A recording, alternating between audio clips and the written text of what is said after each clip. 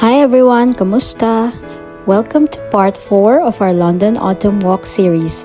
Galing tayo sa St. James Park and now let's head to Parliament and Big Ben, isa sa mga must-visit spots dito sa London. Churchill War Rooms.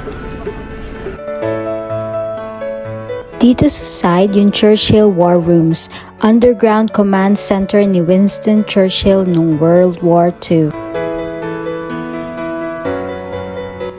Si Winston Churchill ang Prime Minister ng UK during World War II at siya ang nag-lead sa bansa through some of its darkest times.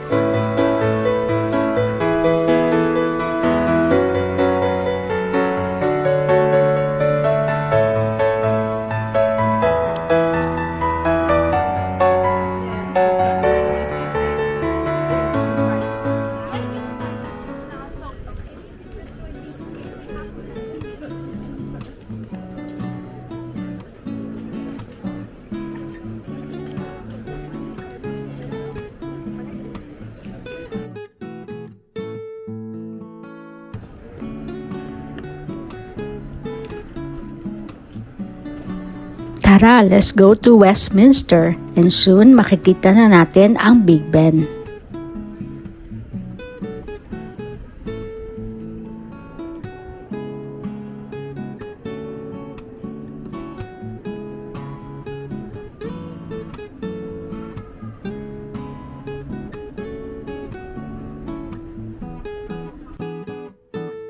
We're just passing by the Foreign Commonwealth Office and HM Treasury, one of London's important government buildings. Ang ganda ng architecture dito, very classic London style. HM Treasury.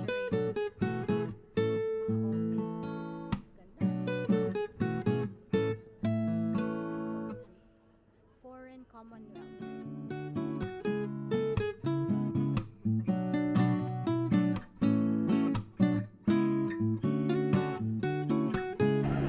Look at this iconic London red phone booth. Perfect sa IG photos.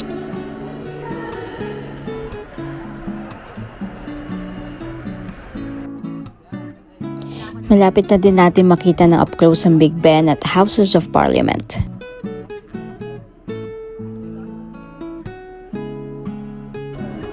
Ang ganda ng weather during this walk, ibang-iba sa usual UK weather.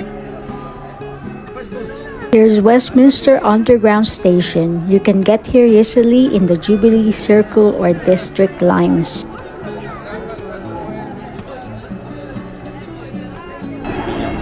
Naririnig niyo ba yon? Some live Scottish music filling the street, adding to the charm of that perfect UK vibe.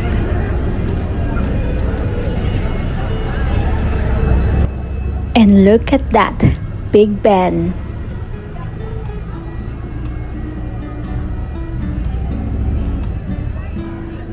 Back in 2005, when I first arrived in the UK, sobrang namangha ko dito.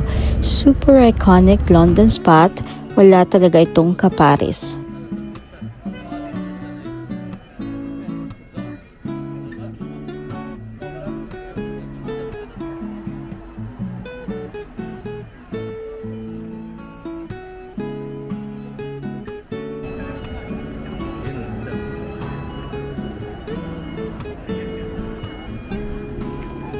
Fun fact, alam nyo ba ang Big Ben pala is the name of the bell?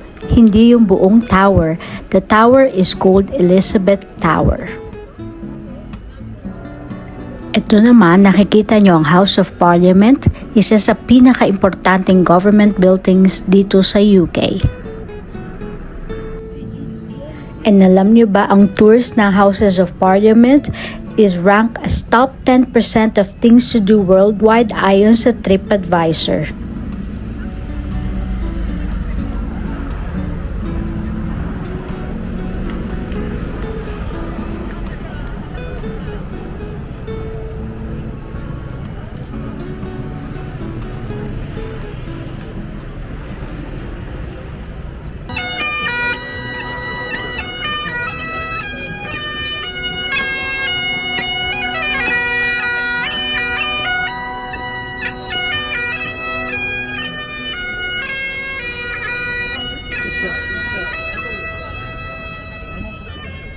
Ang bagpipes ay isa sa mga pinaka-iconic na instrument ng Scotland. Usually maririnig sa parades, ceremonies at cultural events.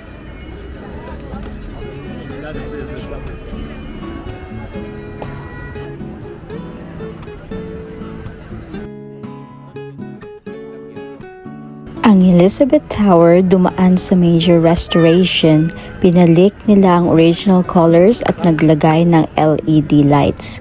Kaya ngayon mas kita natin ang details ng Big Ben.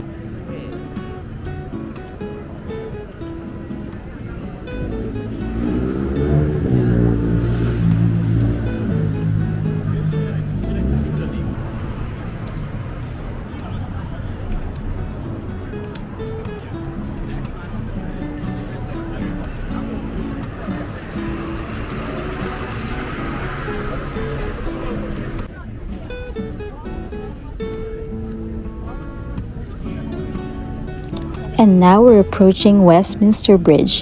It is the oldest surviving road bridge in central London. Since 1862 pa yan, pero solid pa rin hanggang ngayon.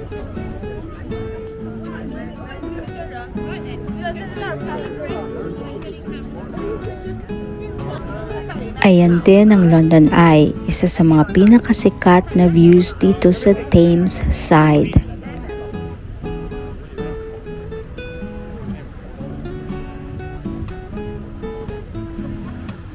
Alam nyo ba yung River Thames ang nagko-connect sa London sa buong mundo noon? Super important nitong river na to sa history.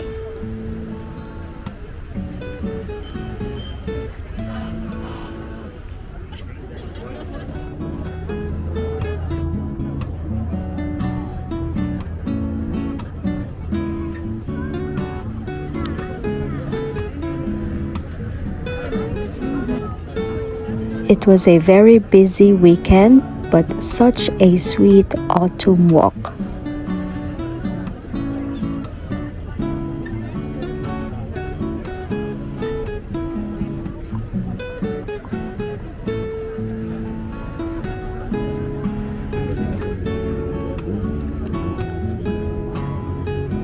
For tourists, if you want to visit Elizabeth Tower with Big Ben, the tickets start from £35 for adults and £20 for kids aged 11 to 17. Book online and well ahead of time. For London Eye, standard tickets online starts around £29, but for walk-up price, mas mahal. Advanced booking is recommended para mas makakuha ng good price.